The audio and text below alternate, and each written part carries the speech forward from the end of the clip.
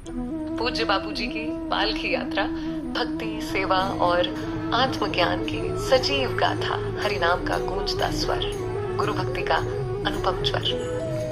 यह पंक्ति न केवल एक वाक्य है, बल्कि पूज्य संत श्री आशाराम जी बापूजी की पालकी यात्रा का सार है। आलंदी से पंढरपुर तक की यह दिव्य पद यात्रा केवल एक धार्मिक अनुष्ठान नहीं, बल्कि एक चलता फिरता ज्ञान यज्ञ है, जहां हर साधक अपनी भक्ति, सेवा और तपस्या से समर्पण की मिसाल प्रस्तुत करता है। यात्रा की शुरुआत भक्ति और उत्साह का संगम, पुण्य भूमि आलंदी से शुरू होने वाली यह 21 दिवसीय यात्रा महाराष्ट्र की संत परंपरा, विठ्ठल भक्ति और गुरु सेवा की महान परंपरा को जीवंत करती है। यात्रा की शुरुआत होते ही वातावरण में एक अलौकिक ऊर्जा भर जाती है। सैकड़ों साधक एक स्वर में हरि नाम विठ्ठल का संकीर्तन करते हुए चल पड़ते हैं। हर कदम के साथ भक्ति की गंगा प्रवाहित होती है। पूज्य बापूजी के भाव, साधकों के लिए आशीर्वाद का सागर। जब पूज्य बापूजी रथ पर विराजमान होकर साधकों के बीच आते हैं, तो वह दृश्य अलौकिक बन जाता है। साधकों की आंखों में चमक, चेहरे पर मुस्कान और हृदय में उमड़ती श्रद्धा स्पष्ट दिखती है।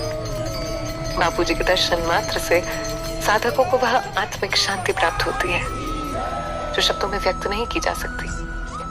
भक्ति की अनुभूति, साधकों के दिव्य अनुभव। हर वर्ष की भांति इस वर्ष भी कई साधकों ने पालकी यात्रा में भाग लिया। साधकों ने बताया कि जैसे जैसे यात्रा आगे बढ़ती गई, शरीर की थकान मिटती गई और मन मस्तिष्क में केवल आनंद, सेवा और समर्पण की भावनाएं भरती गई। एक वृद्ध साधक ने भावुक होकर कहा, मैं पिछले कई वर्षों से पालकी यात्रा में आता हूँ। पहले दिन पैर दर्द करते हैं, लेकिन जैसे ही बापूजी के रथ के दर्शन होते हैं, सारी पीड़ा दूर हो जाती है। बस फिर तो हर कदम आनंद का होता है। सेवा का स्वरूप, त्याग और प्रेम से ओतप्रोत यह यात्रा अपने आप में सेवा और त्याग का जीता जागता उदाहरण है। साधक हर पड़ाव पर स्वयं भोजन बनाते हैं, जमीन पर बैठकर प्रेम पूर्वक कीर्तन करते हैं और हर राहगीर को आश्रय प्रसाद बांटते हैं। यह किसी भी साधक के मन में आराम या सुविधा की मांग नहीं होती। सबका एक ही उद्देश्य होता है, गुरुदेव की सेवा और संदेश को जन जन तक पहुंचाना। आश्रय प्रसाद वितरण, ज्ञान की गंगा को समाज तक ले जाना, पालकी यात्रा के माध्यम से आश्रय प्रसाद और पूज्य बापूजी के आत्मज्ञान के संदेश को घर घर पहुंचाने का प्रयास होता है।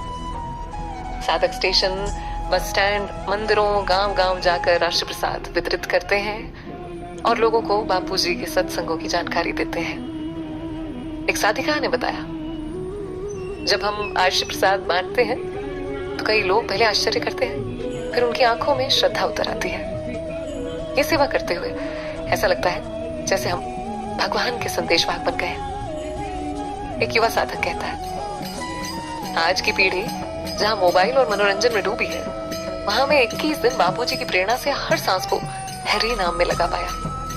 यही सच्चा आनंद है। समिति की अद्भुत व्यवस्था, पुणे योग वेदांत सेवा समिति हर वर्ष इस आयोजन को इतनी कुशलता से सुसंगठित करती है कि कोई भी साधक अभाव महसूस नहीं करता। भोजन, पानी, चिकित्सा, विश्राम, सब कुछ साधकों के लिए सुलभ रहता है और सबसे बड़ी बात, सब सेवा भाव से होता है।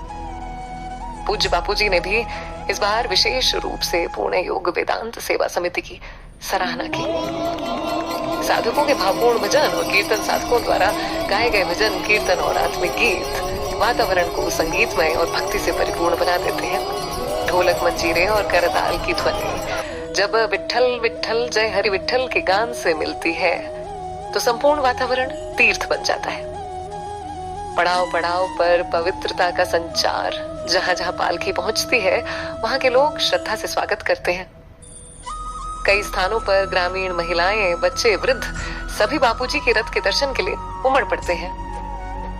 साधकों को जल, फल, प्रसाद आदि देकर लोग भी पुण्य अर्जित करते हैं। तपस्या और त्याग की साक्षात प्रतिमा। साधक गण, वर्षा, गर्मी, धूल कुछ भी इन साधकों के उत्साह को कम नहीं कर पाता।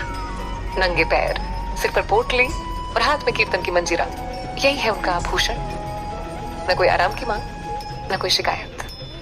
ये तपस्वी साधक निस्संदेह प्रेरणा है आज की युवा पीढ़ी के लिए।